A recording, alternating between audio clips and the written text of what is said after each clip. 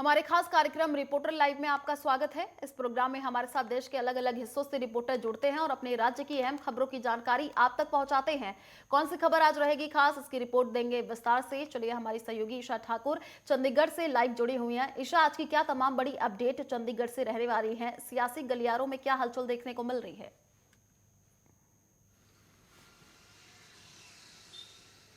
जी बिल्कुल आयुषी, जो बड़ी खबर यहाँ से निकलकर सामने आ रही है, जिस तरीके से एसवाईएल की अगर बात करें, एसवाईएल नहर की, तो बहुत पुराना विवाद है जो पंजाब और हरियाणा में 1977 से चला आ रहा है और एक बार फिर से ये विवाद बहुत ज़्यादा गरमाया हुआ है। और क्योंकि अब जिस तरीके से हिमाचल प्रदेश में चुनाव है, इसके बाद गुजरात में भी आदमपुर उपचुनाव होने हैं, हरियाणा में, लेकिन इन सब के बीच पंजाब और हरियाणा एक दूसरे के आमने सामने एसवाईएल मामले को लेकर एक बार फिर से आ गए हैं। बीते कल हमने देखा था पंजाब और हरियाणा के मुख्यमंत्रियों के बीच इस मुद्दे को लेकर बैठक हुई, लेकिन पंजाब के मुख्यमंत्री भगवंत मान की तरफ से दो टूक शब्दों में कह दिया गया कि सतलुज यमुना लिंक नहर किसी भी हाल में पंजाब सरकार नहीं बनाएगी, क्योंकि पंजाब के पास एक बूंद पानी किसी को देने के लिए नहीं है। यहाँ पर क्योंकि सुप्रीम कोर्ट के फैसले की अगर बात करें, उनकी तरफ से पहले ये कह दिया गया है कि दोनों मुख्यमंत्री बीच का रास्ता निकाले और केंद्र सरकार 19 जनवरी 2023 में मामले की सुनवाई होनी है। उस दौरान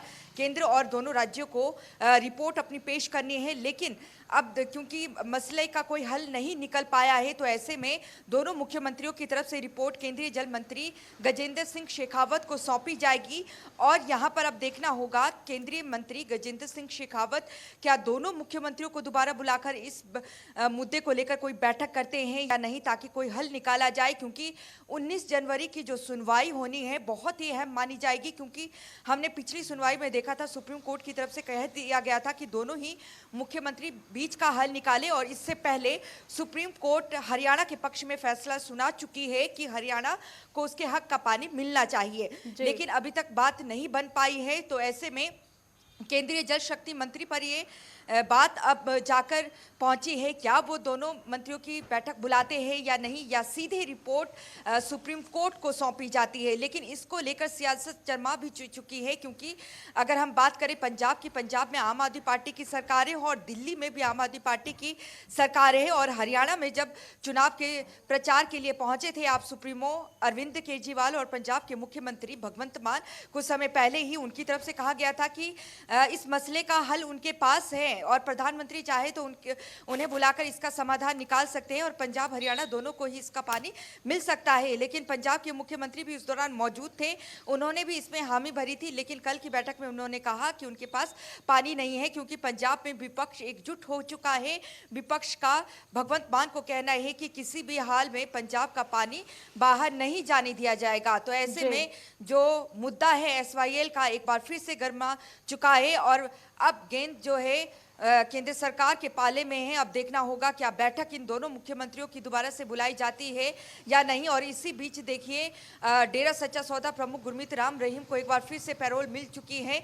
बीते कल ही उनकी पैरोल जिस तरीके से स्वीकार कर लिया गया था और राज्य गृह मंत्रालय की तरफ से, तो आज सुबह तड़के 6:30 बजे के करीब रोहतक की सुनरिया जेल से बाहर निकला है गुरमीत राम रहीम, और सीधा माना जा रहा है कि उसको राजस्थान लेकर गए हैं। राजस्थान में जो उसका आश्रम है वहां पर, और 40 दिन की ये पैरोल मिली है। कहीं ना कहीं इसे चुनाव के साथ भी जोड़कर देखा जा रहा है, क्योंकि हरियाणा में आदमपुर उपचुनाव होने हैं और ऐसे में आदमपुर उपचुनाव को लेकर देखा जा रहा है, क्योंकि सिरसा की अगर बात करें तो बहुत ज़्यादा संख्या में डेरा फॉलोअर्स हैं। और साथ ही राजस्थान की बात करें, 2023 में राजस्थान में भी चुनाव होना है, उसको लेकर भी देखा, इससे जोड़ा जा रहा है। तो गुरमीत राम रहीम एक बार फिर से जेल से बाहर आ चुका है, जिसपे कई गंभीर आरोप लगे भी थे और दोषी भी करार कर दे दिया गया था पंचकुला सीबीआई कोर्ट की तरफ से। तो ऐसे में ये भी बड़ी खबर निकलकर आयुषी सामने आ रही है। और इसके अलावा बीते कल चुनाव आयोग की तरफ से हिमाचल विधानसभा चुनावों की जिस तरीके से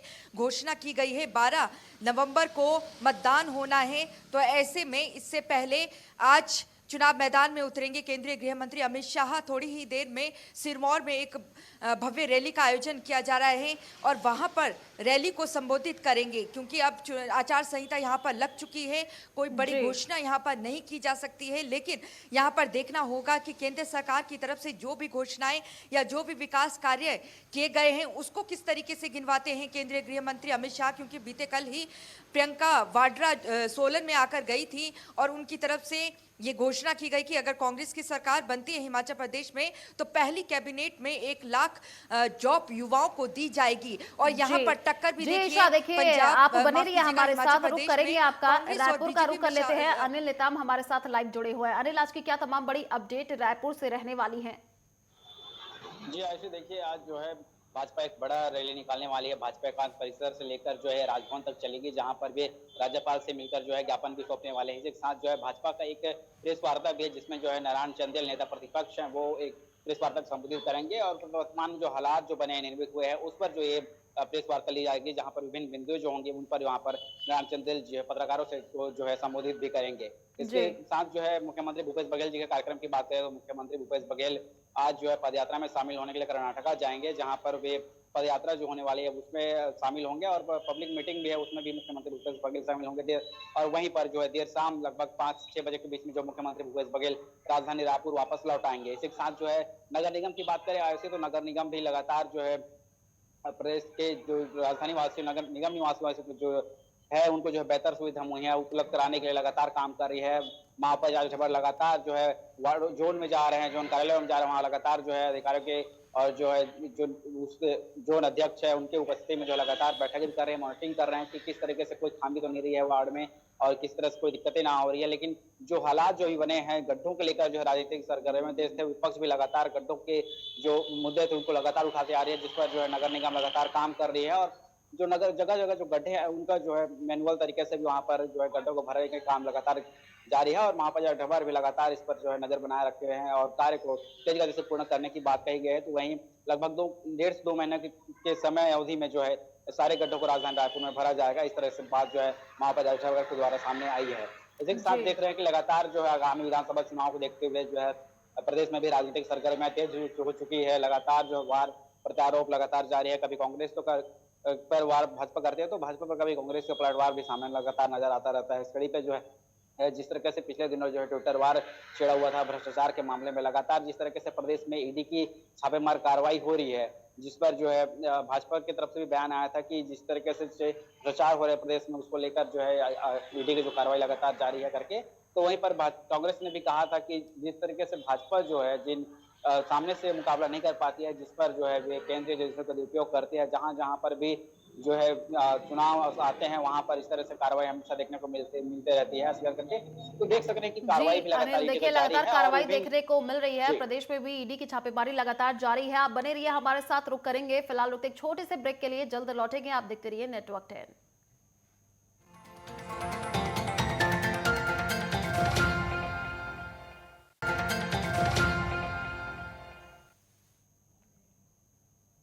ब्रेक के बाद आपका स्वागत है। चलिए रुक कर लेते हैं जम्मू कश्मीर का। सहयोगी हमारे साथ अजहर हुसैन लाइव जुड़े हुए हैं। अजहर, देखिए जम्मू कश्मीर में बड़ी साजिश नाकाम हो गई, वहां पर बांदीपुरा में आईईडी बरामद हुआ जिसको अब ब्लास्ट कर दिया गया है। क्या कुछ ये पूरा मामला रहा और आज की क्या तमाम बड़ी अपडेट जम्मू कश्मीर से रहने वाली है?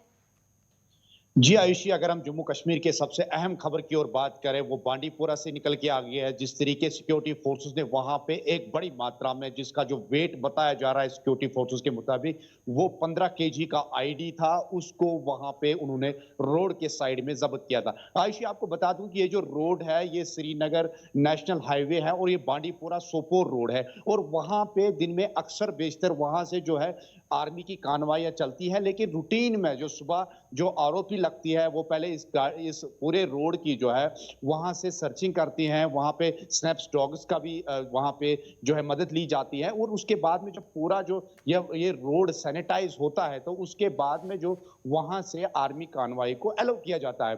तो इसके बाद में आज रूटीन में जिस तरीके से सिक्योरिटी फोर्सेस आज रूटीन में सुबह जो है इस रोड की जो है सैनिटाइज कर रहे थे, देख रहे थे कि किस तरीके से कोई धमाका खैज मवाद तो नहीं है, जिस तरीके से रूटीन में आए थे। तो आज चूंकि जब ही वो वहां पे पहुंचे तो वहां पे इन्होंने देखा कि वहां पे आईडी बरामद जो हो गई थी। तो बाद में जो है राष्ट्रीय राइफल, जो आसाम राष्ट्रीय राइफल है, 26 राष्ट्रीय राइफल है, तो उन्होंने वहां पे जो है बर वक्त कार्रवाई की और जम्मू कश्मीर पुलिस की भी मदद ली गई और उन्होंने वहां पे बम डिस्पोजल स्क्वाड को बुलाया और इस आईडी को वो नाकारा बना दिया। तो आपको आयुषी जी। बता दूं कि कल भी जो है संगलदान एरिया में जो है एक बड़ी मात्रा में वहां पे जो आईडी बरामद की गई थी और सिक्योरिटी फोर्स ने वहां पे बताया था कि वहां पे जो दस्तावेज उन्होंने जब्त किए थे उस जो मुश्तबा मुकाम था, तो उनके मुताबिक जो है अजहर, मिलिटेंट्स आप बड़े बने रहिए बड़े हमारे बड़े साथ, रुक करेंगे आपका।